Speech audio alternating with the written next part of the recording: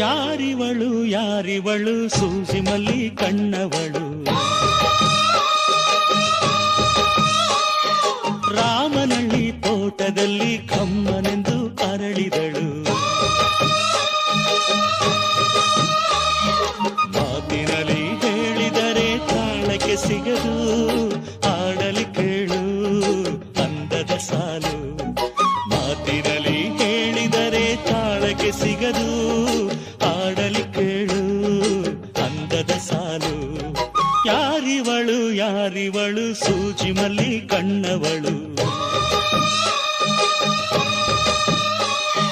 ರಾಮನಳ್ಳಿ ತೋಟದಲ್ಲಿ ಕಮ್ಮನೆಂದು ಅರಳಿದಳು.